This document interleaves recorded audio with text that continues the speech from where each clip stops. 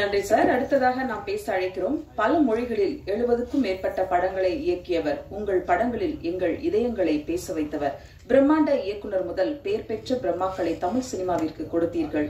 இதையெல்லாம் விட தமிழகத்தை இயக்க ஒரு தலைவனை தயாரித்து கொடுத்தவர் நீங்கள். கூரன் படத்தை தாங்கி நிறுத்திய தனி மனிதர், இளைஞரோடு இளைஞரான மதிப்பிற்குரிய இயக்குனர் திரு S.A. சந்திரசேகர் அவர்களை பேச அழைக்கிறேன். கடைசியில் பேசுறது எல்லாரும் பேசி முடிச்ச உடனே பத்திரிகை, தொலைக்காட்சி, ஊடக தோழர்களே, மேடையில் இருக்கின்ற நண்பர்களே, என் பிள்ளைகளே, எல்லாருக்கும் என்னுடைய வணக்கம்.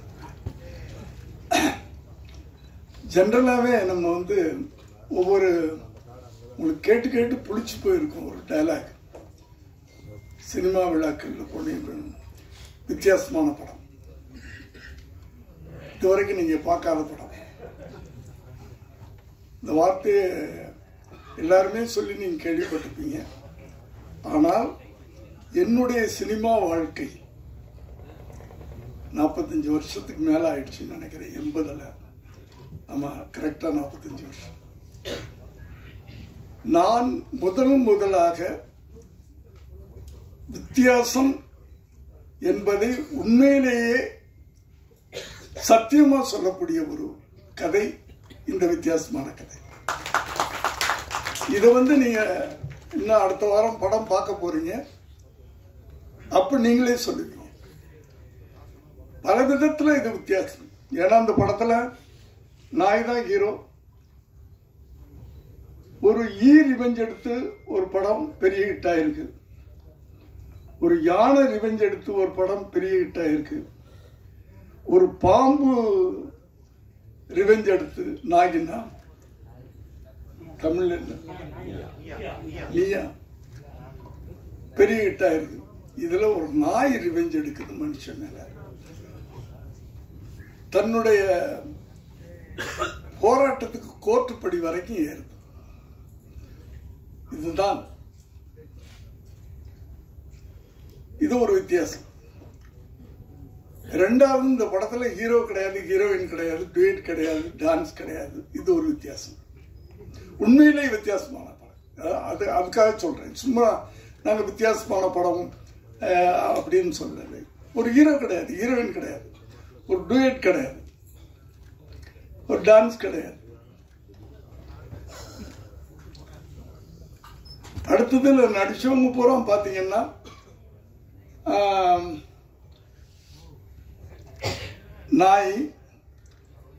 நான் ஒரு 80 வயசு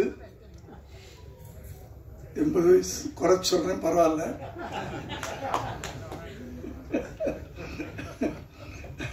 எண்பத்தஞ்சுன்னு சொல்லிக்கிறேன், எப்படின்னாலும் சொல்லலாம்.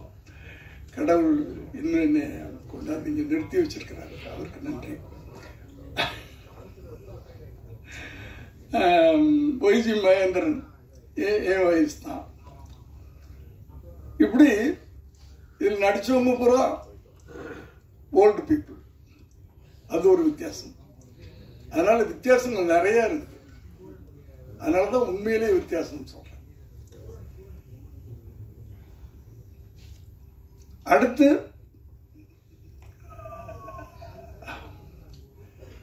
என்னை பத்தி எல்லாரும் பேசுனாங்க. அது எனக்கு கடவுள் கொடுத்த ஒரு கிஃப்ட்.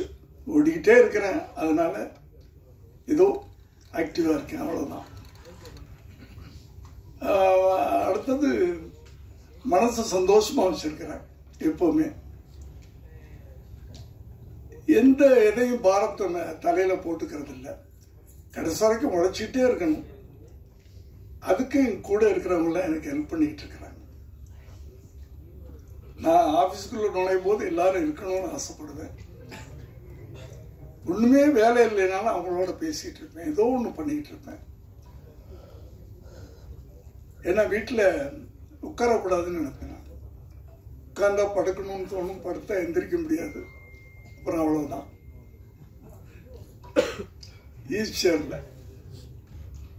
அந்த வாழ்க்கையெல்லாம் வேணாம் அப்படின்னா அந்த காலையில 9 மணிக்கு ஆபீஸ்க்கு வந்துடுறது.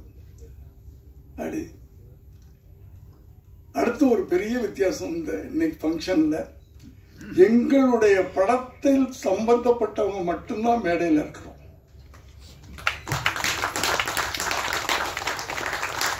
சம்பந்தமில்லாத ஒரே ஒருத்தர் ரோபோ இங்க வந்து உட்கார்ந்தாரு. அவர் கூட சம்பந்தம் இல்லாதவன்னு சொல்ல முடியாது. ஏன்னா குண்டம்மாவுடைய அப்பா குண்டம்மா அப்படின்னு சொல்லுவார்ல, அதை நாங்கள் எங்கள் படத்தில் வச்சுக்கிட்டோம், நாங்கள் யூஸ் பண்ணிக்கிட்டோம். அதனால அவர் எங்கள் யூனிட்டை சேர்ந்தவர் தான். அதனால நாங்கள் தான் அந்த எங்கள் ஃபங்க்ஷனுக்கு சீஃப் கெஸ்ட். அதுலேயும் ஒரு வித்தியாசம் தான். அடுத்து ஒரு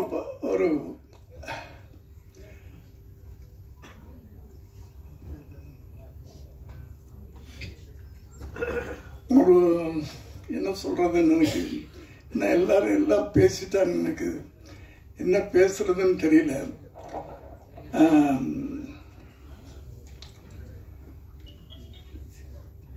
என்ன சொல்லணும்?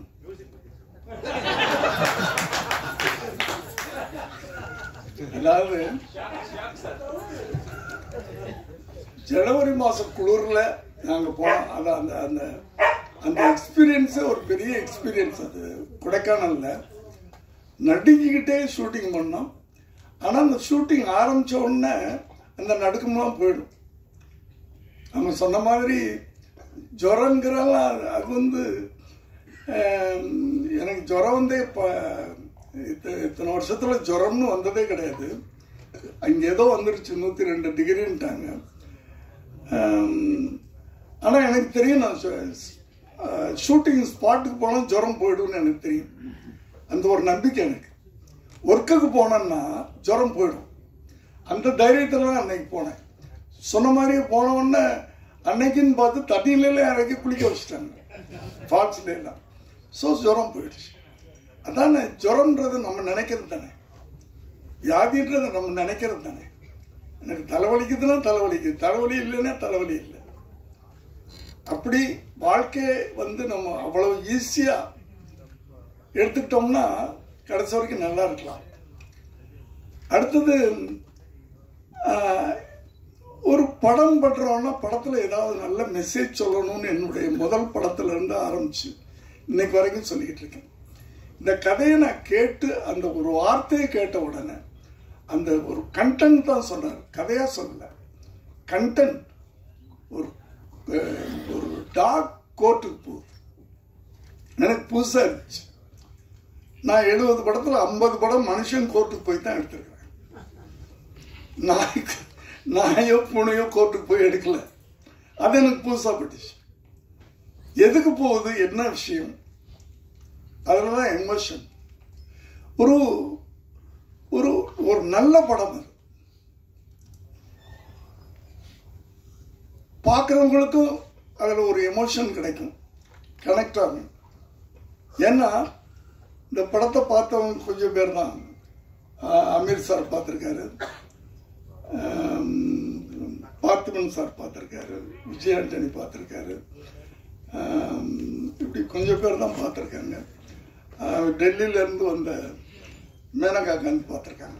அத்தனை பேரும் படம் முடிஞ்சு சீட்டை விட்டு எந்திரிக்கல, அழுதுட்டு உட்காந்துருந்தாங்க.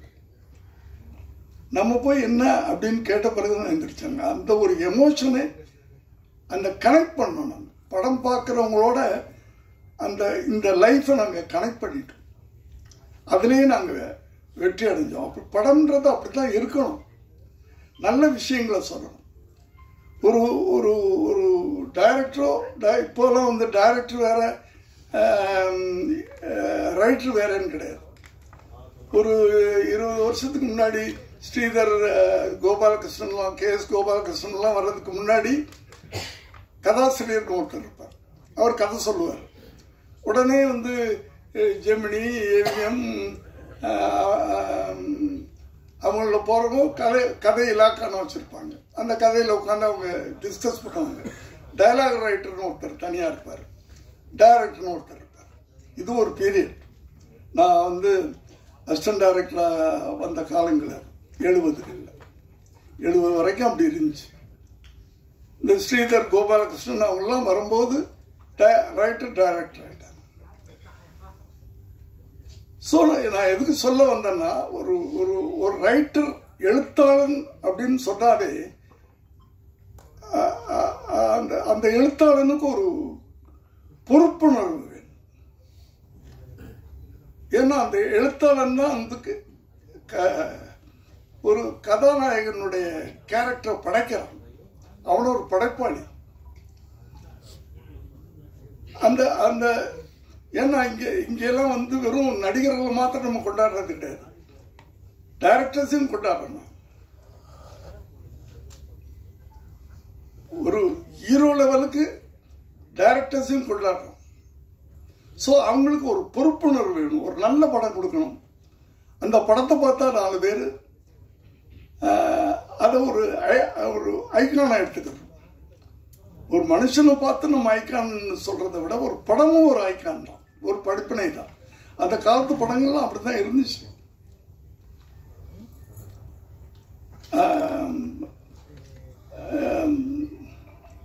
இப்ப சில படங்கள்லாம் பார்க்கும்போது ரொம்ப கஷ்டமா இருக்கு, ரொம்ப கஷ்டமா இருக்கு. தனியா சொல்லணும். ஏன்னா ஒரு ஒரு எழுத்தாளன் படம் பார்க்கிறவனுக்கு ஒரு ஐக்கானா இருக்கணும், ஒரு முன்னோடியா இருக்கணும். அவன் படைக்கின்ற படைப்புகள், கதாபாத்திரங்கள் அப்படி இருக்கணும். இவன மாதிரி நம்ம வாழணும் அப்படின்னு இருக்கணும். கத்தி எடுத்து தலை விட்டு கையை விட்டு இப்படியே விட்டு அப்படின்னு சொல்லிட்டு படம் பார்த்துட்டு வெளியே போனவன்னா அவனு கத்தி எடுத்துட்டு கையை விட்டு காலை விட்டுக்கிட்டு இருந்தா இந்த இளைய சமுதாயம் என்ன ஆகிறது? அந்த பொறுப்புணர்வு. சினிமான்றது சாதாரண விஷயம் இல்லை. இப்போ இந்த படம் ஒரு கத்தி இல்லை, ரத்தம் இல்லை, துப்பாக்கி சத்தம் இல்லை, ஆனால் ஒரு ஒரு பவர்ஃபுல்லான விஷயம், பவர்ஃபுல்லான விஷயம் இருக்கு. ஆனால் அந்த பவர்ஃபுல்லான விஷயத்தை நாங்கள் சீரியஸா சொல்லல. அதான் இதனுடைய வெற்றிக்கு அது ஒரு காரணமா இருக்கு. ரொம்ப சீரியஸான விஷயத்த ரொம்ப சீரியஸா சொன்னாலும் கஷ்டப்பட்டுருவீங்க. ரொம்ப யதார்த்தமா அழகா அப்படியே சிரிக்க வச்சுக்கிட்டே அப்படியே கொண்டு போறது. நல்ல விஷயங்களை சொல்ல, ஒவ்வொரு படமும் ஒரு பாடமா இருக்கணும்ன்றதான். ஆனா இப்போ வர நல்ல படங்கள் பண்றாங்க, அவங்க நான் யாரையும் தப்புன்னு சொல்ல வரல. ஆனால் அவர்கள் அந்த படங்களை பார்த்து ஒரு ஷோல 100 பேர் படம் பார்க்கறாங்க, ஒருத்தனாவது அந்த படத்தை பார்த்து இவர் மாதிரி நம்ம இருக்கணும் அப்படின்னு நினைக்க வைக்கணும். அந்த காலத்து படங்கள் அப்படிதான் இருந்துச்சு. இது ஒரு நான் வயலண்ட் படம், நான் வயலண்டா ஆனா பவர்ஃபுல்லான படம். நான் வயலண்ட்னா நீங்க என்னமோ ஒரு டயலாக் சொல்லுவாங்க, சொதன்னு இருக்கும், சாம்பார் மாதிரி இருக்கும், அப்படிலாம் இல்லை. நான் வயலண்ட்ல தானே நம்ம சுதந்திரமே வாங்கணும். கத்தியிலேயே ரத்தமின்றி வாங்கின சுதந்திரம் தானே காந்தியடிகள். அவருடைய மௌனம் தானே வெள்ளையனை வரட்டி அடிச்சது. அவருடைய அந்த அது பேர் என்ன, அஹிம்சை, அதுதானே வெள்ளையனை வரட்டி அடிச்சது. கத்தி எடுத்து நிக்கலையே. காந்தியடிகள் சொல்லியிருந்தாருன்னா அத்தனை பேர் எடுத்திருப்பான்ல, அடிச்சு துரத்தி இருக்கலாம்ல. நம்ம அது செய்யலையாது. அதனால அந்த மௌனம் எவ்வளவு பெரிய ஆயுதம், எவ்வளவு பவர்ஃபுல்லான ஆயுதம். பயந்து ஓடி போயிட்டாங்க, தலைதறிக்க ஓடிட்டாங்க. அப்படி நான் வயலன்ஸ் சொல்றது கூட பவர்ஃபுல்லான இருக்கும். இது நான் வயலன்ஸ் படம், ஆனா பவர்ஃபுல்லான படம். அப்படி ஒவ்வொரு எழுத்தாளர்களும் இளைய சமுதாயங்களுக்கு ஒரு முன்னோடிகளாக இருக்கணும் அப்படின்றது ஒரு வயசான ஒரு எழுத்தாளர் நான் ஆசைப்படுறேன். ஒரு காலத்துல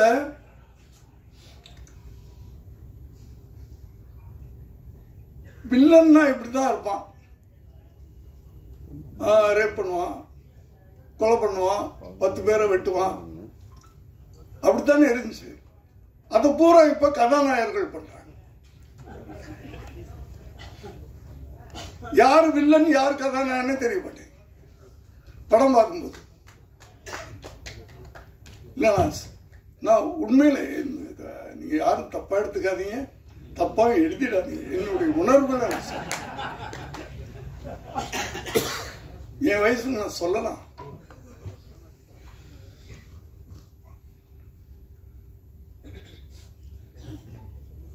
யாரு ஏன்னா படம் பார்க்கிற யூத் அவங்களை எப்படி நம்ம கொண்டு போகணும்?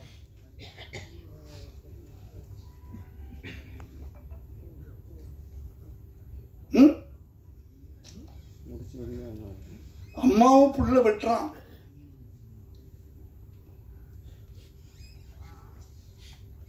மாமியார் மருமகளும் சேர்ந்துட்டு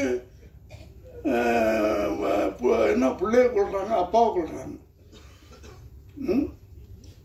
இப்படியெல்லாம் நடந்துகிட்டு இருக்கிற ஒரு சமுதாயத்தை நம்ம கரெக்ட் பண்ணணும்னா சினிமா ஒரு ஒரு அறிஞர்டா சொல்லுவார், சினிமா மாதிரி ஒரு பயங்கரமான ஆயுதம் வேற எதுவும் இல்லை. அந்த ஆயுதத்தை கரெக்டா நம்ம யூஸ் பண்ணோம்னா இந்த இளைய சமுதாயத்தை திருத்த முடியும்.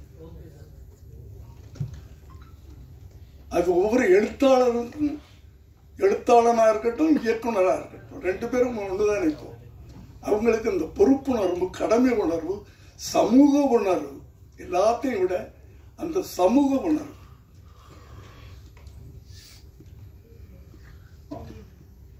அப்படியாப்பட்ட ஒரு நல்ல படத்தை எடுத்திருக்கிறோம். நான் ரொம்ப அனுபவிச்சு கடந்த 10 வருஷமா நான் ஒரு நடிகனாகி இந்த 10 வருஷத்துல 4 படம் பண்ணிட்டு நடிச்சிட்டேன். ஆனால் ஒரு திருப்திகரமாக எனக்கு அமைஞ்ச படம் இந்த படம். ரொம்ப அனுபவிச்சு நான் பண்ணியிருக்கேன். எல்லாரும் ஹெல்ப் பண்ணியிருக்காங்க, நான் தனித்தனியா சொல்ல விரும்பல. அதுலயும் நான் தைரியமா சொல்லுவேன், 2 மணி நேரம் படம்.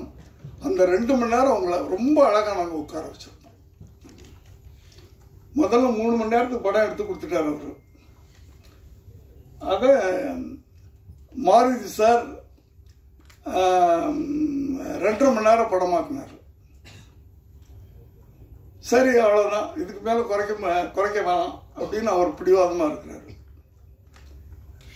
லெனின் சார் படம் பார்த்தாரு. அவர் சூப்பர்வைசர் தான் இந்த எல்லாமே நடந்துட்டு. லெனின் சார் படம் பார்த்தாரு எங்களோட. ஒரு 2 நாள் எனக்கு டைம் கொடுங்கன்னு சொன்னாரு. 2 நாள் கழிச்சு போய் பார்த்தோம். 10 சீனை காணோம் படத்துல. அவர் டைரக்டர் சார் அந்த சீனும் தூக்கிட்டார் சார், இந்த சீனும் தூக்கிட்டார் சார், இந்த சீனும் தூக்கிட்டார் சார், சார் போச்சு சார் அப்படின்றார். அதாவது 2:20க்கு இவர் கொடுத்தார், 2 மணி நேரம் 20 நிமிஷத்துக்கு இவர் பண்ணிட்டாரு. அவர் 10 சீனை தூக்கி 20 நிமிஷத்தை தூக்கி 2 மணி நேரம் ஆக்கிட்டார்.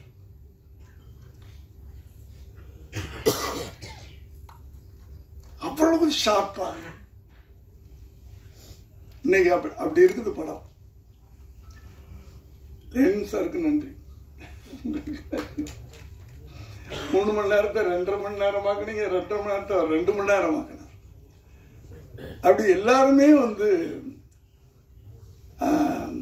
பண்ணியிருக்கிறாங்க.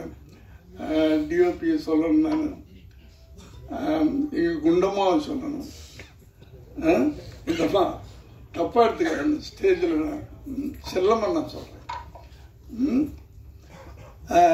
ரொம்ப எல்லாருமே ஒரு குடும்பம், எல்லாருமே பேசுனதே.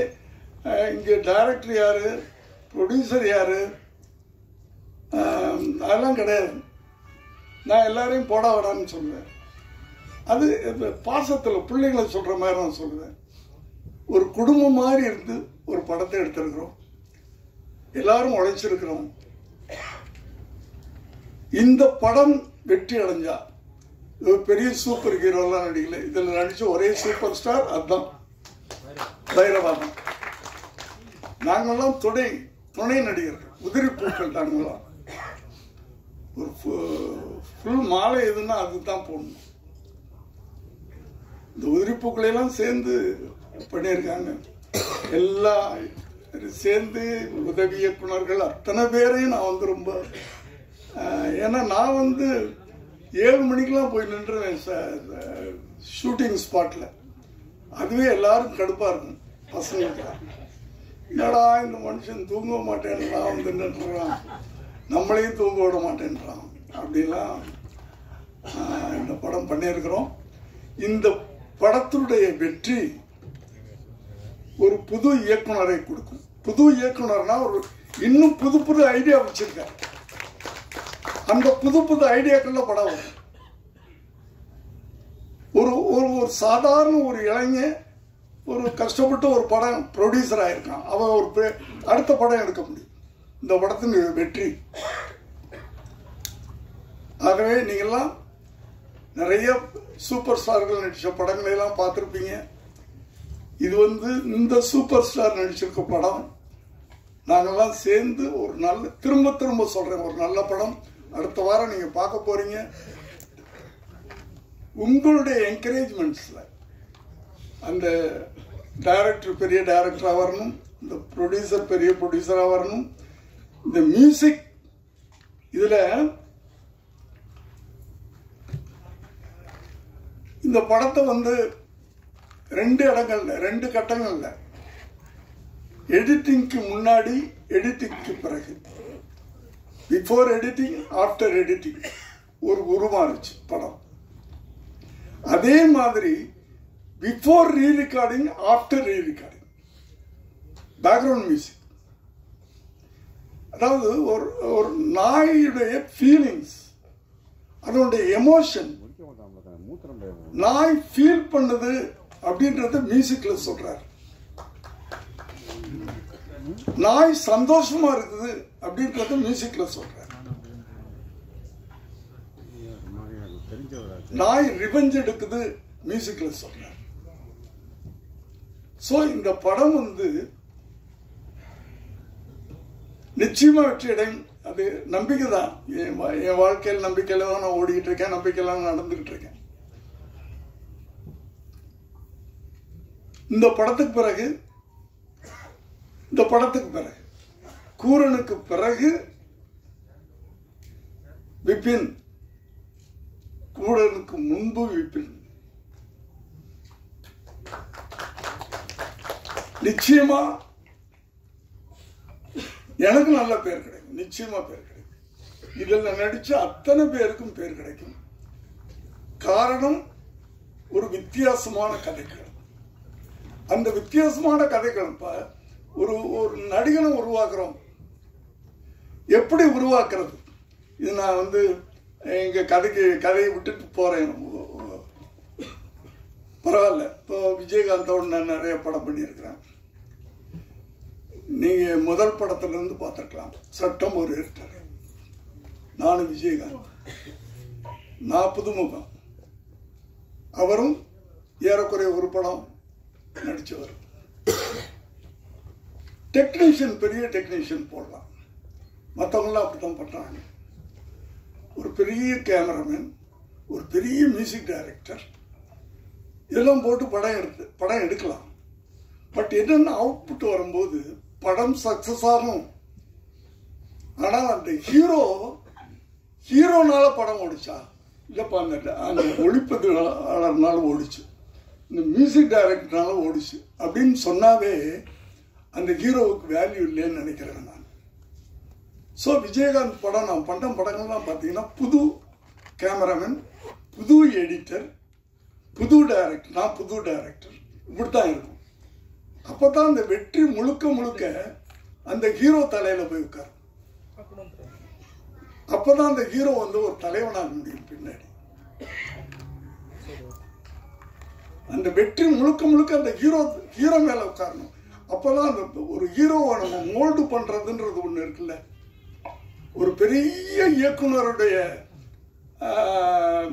இயக்கத்துல ஒரு ஹீரோ நடிச்சு அந்த படம் ஓடுது அப்படின்னா அடுத்த படம் என்ன ஆகும்? அந்த ஹீரோ நடிக்கிற படம் அந்த எக்ஸ்பெக்டேஷனுக்கு பார்ப்பாங்க. இல்லைன்னா அவ்வளவுதான் அவர். இதுக்கு பல உதாரணங்கள் இருக்கு. நான் பேரெல்லாம் சொல்ல விரும்பல. அதே மாதிரிதான் நான் என் மகனை கூட நான் ப்ரமோட் பண்ணேன். ஏன்னா அவர் அறிமுகப்படுத்தும் போது 92 நான் பீக்கில் இருக்கிறேன். இந்தி படங்கள் அதுக்கு இது பண்ணிக்கிட்டு நல்ல இன்கம்லாம் அப்படி வந்துக்கிட்டு இருக்கு. பெரிய மியூசிக் டைரக்டர் போட்டிருக்கலாம், பெரிய கேமராமேனை போட்டிருக்கலாம். புது கேமராமேன் நாளை தீர்ப்பில் ஒரு லேடி, ஒரு புது மியூசிக் டைரக்டர். ஏன்னா அந்த படம் வெற்றி அடைஞ்சால் அது அந்த முழுக்க முழுக்க ஹீரோ மேல போகணும். இப்படித்தான் நீங்க முதல்ல ஒரு 10 படம் நீங்க விஜயோடைய படம் பார்த்தீங்கன்னா தெரியும், பெரிய டெக்னீஷியன்ஸே இருக்க மாட்டாங்க. இதான் ப்ரமோஷன், ஹீரோவை ப்ரமோட் பண்றது. கொஞ்சம் கொஞ்சமா அந்த ஹீரோவால படம் ஓடிச்சு, அந்த ஹீரோவால படம் ஓடிச்சு, அந்த ஹீரோவால படம் ஓடிச்சுன்னு சொல்லும்போது தான் அந்த ஹீரோவுக்கு வேல்யூ. இப்படி உருவாக்குறது தான் ஒரு ஹீரோ உருவாக்குறதுன்றது சாதாரண விஷயம் இல்லை.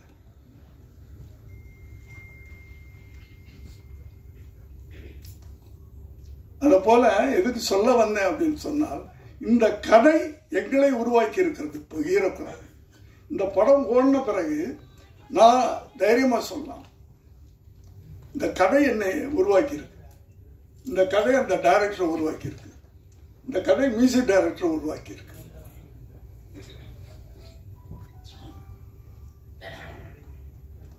எல்லாமே சாதாரண மாணவர்கள் பண்ண படம். பெரிய பெரிய இயக்குநர்கள், பெரிய பெரிய நடிகர்கள் படங்களையெல்லாம் நீங்க வந்து ஆகா ஓகோன்னு சொல்றது பெரிய விஷயம் இல்லை. அந்த படங்களுக்கெல்லாம் வந்து விளம்பரம் தேவையில்லை. ஏன்னா அவங்கெல்லாம் ரசிகர்கள் வச்சிருக்காங்க, ரசிகர்கள் பட்டாளம் இருக்கு. நீங்க விளம்பரம் கொடுத்தாலும் கொடுக்கலைனாலும். ஆனால் இப்படிப்பட்ட படங்களுக்கு நீங்கள் ப்ரமோஷன் பண்ணணும். உங்களுக்கு பிடிச்சா, நான் திரும்ப சொல்றேன், நல்லா இல்லாத படத்தை ப்ரமோட் பண்ண வேண்டாம். படம் நல்லாக இருந்தால் இந்த படத்தை நீங்க ஓட்டி காட்டணும். அது உங்களை நான் கேட்டுக்கிறேன். நன்றி, வணக்கம்.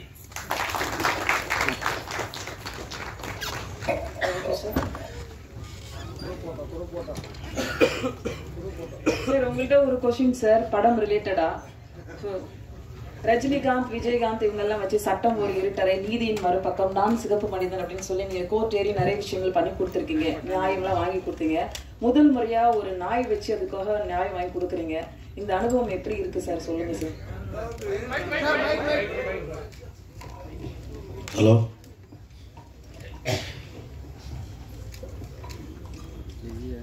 நான் தான் சொன்னேன்ல, 72 படத்துல ஒரு 50 படம் கோர்ட்ல ஏறி இருக்கேன். இந்த கோர்ட்ல ஏறி பல பேருக்கு தண்டனை வாங்கி கொடுத்திருக்கேன். தவறு செய்தவர்கள், தவறு செஞ்சவங்களுக்கு இதுவரைக்கும் பல பேருக்கு தண்டனை வாங்கி கொடுத்திருக்கேன். முதல் முறையா ஒரு நாய்க்கு நியாயம் வாங்கி கொடுத்திருக்கிறேன். கூரன் கொடுத்திருக்கேன், போராடி நியாயம் வாங்கி கொடுத்திருக்கேன். ஏன்னா அது தப்பு பண்ணல, அது நியாயம். அதுக்கு வாய் இல்லை, வாயில்லாத ஒரு ஜீவனுக்கு நான் வாயாக இருந்து அதுக்கு நியாயம் வாங்கி கொடுத்திருக்கேன். தேங்க்யூ சார், நன்றி சார். போதுமா? போதும் சார், தேங்க்யூ. வேற ஏதாவது நீங்க சொல்லணும்னா பேசுங்க சார். போதும். Thank you sir. கூரன் படத்தோட ட்ரெய்லரை யார் ரிலீஸ் பண்ண போறாங்க அப்படின்னு பாத்தீங்கன்னா, இந்த படத்துல நடிச்ச சூப்பர் ஹீரோ தான் ரிலீஸ் பண்ண போறாங்க. திரு பைரவா ரிலீஸ் பண்ண படக்குழுவினர் வாங்கிக்க போறாங்க. எப்படி ரிலீஸ் பண்றாங்க மட்டும் பாருங்க. இப்போ ரெண்டு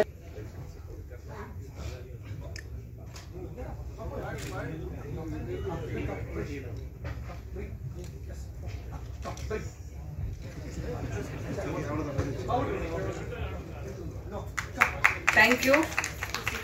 கூரன் படத்தின் விழாவிற்கு வந்திருந்து சிறப்பு செய்த அனைவருக்கும் அன்பும் நன்றியும். தேங்க்யூ.